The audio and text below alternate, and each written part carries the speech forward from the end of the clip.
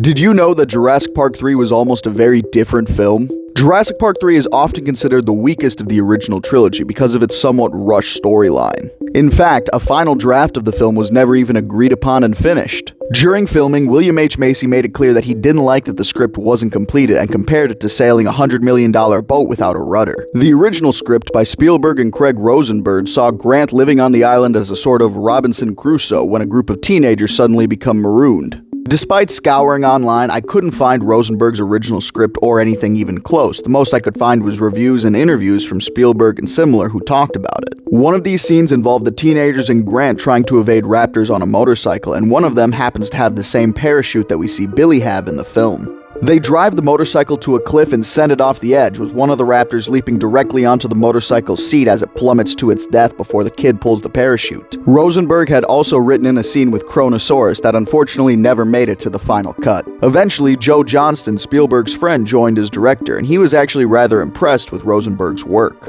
However, Rosenberg's script was rejected, and in 2000, Peter Buchman was hired to rewrite it. Buchman's script is very similar to what we see in the final film, but with a lot of new aspects. There was a whole subplot between the US and Costa Rican government vying for control over the island, and in fact, Grant was supposed to represent the US in exchange for a raptor research station on Isla Sorna. Before he can testify, he's met by a wealthy businessman named Paul Roby, who is later replaced by Paul Kirby. Roby offers Grant an insane donation in exchange for taking him and his son on an aerial tour of Isla Sorna. In the original script, Roby's wife and Miles' mother dies 3 years prior in a car accident, meaning the Amanda Kirby/Roby character wouldn't have been in the film at all. Instead, Roby has a secret relationship that he keeps hidden from his son with his assistant Susan Brentworth. We also meet a few more familiar characters during this time, including Billy, Grant's graduate student, Udesky, the pilot, and Cooper, who serves as Roby's bodyguard. Aside from the characters, most of the island plot actually stays the same, aside from the kid living on the island for any period of time by himself. When they get to the island, it's a little different because they don't just land on a whim, they're forced to land when they barely make it over a clearing. With Nash no longer being in the picture, when the Spinosaurus first attacked the plane in the original script, Udesky is the one who gets killed. Cooper is also a much more honorable character in this script, spending much of his time protecting Miles. Another difference is that the laboratory and aviary scenes are much more complicated and longer in this original script. This would include the humans spending the night in the lab before raptors snuck in and forced them all to escape on motorbikes. After the motorcycle chase, the group is all split up and many of them attempt to hide in the treetops, very similar to how they do in the film. However, during this time, the raptors manage to find Cooper and Miles, and Cooper sacrifices himself while fighting off the raptors to give Miles a fighting chance to escape.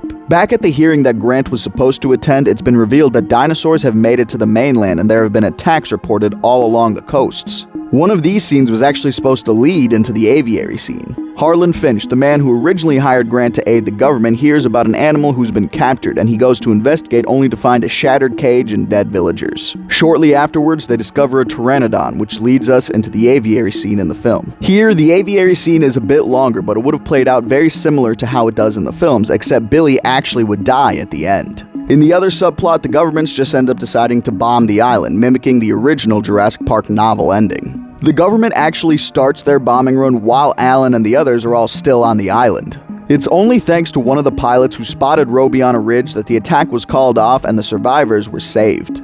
Despite knowing they were going to bomb the island, for some reason Grant elects to stay behind, and the last thing we see of him is him disappearing back into the jungle. While I don't necessarily think that Alan Grant would just dive back into a dinosaur-infested forest that's about to be bombed, you have to admit the idea of Alan Grant as Robinson Crusoe living among the dinosaurs is actually really cool. Honestly, an entire film about just Alan and a team of researchers studying the dinosaurs and learning about them, and maybe of course some dramatic and scary things can happen, but that would be probably one of my favorite Jurassic Park films of all time.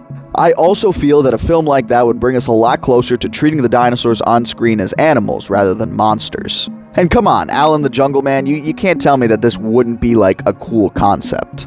Honestly, Craig Rosenberg's original script of a group of teenagers becoming marooned on the same island that Grant's on is actually a really interesting idea. Though they did kind of explore something similar to that when they made Camp Cretaceous. But honestly, I'd love to see it because it would finally give us the badass Alan Grant from the novels, the one who took on 3 raptors by himself with just syringes and eggs. Personally, there are a lot of parts about this script that I really enjoy, but there's also a lot of parts that I didn't really enjoy. In the end, they cut out some of the more complicated stuff, giving us a much simpler film to round out the original trilogy. What do you think about these original scripts, and do you think they would have been more fitting than what we got? Let me know in the comments below. Once again, folks, thank you all for watching. I appreciate each and every one of you from the bottom of my heart, truly. Until next time, remember to drink some water, be good people, and have a fantastic day.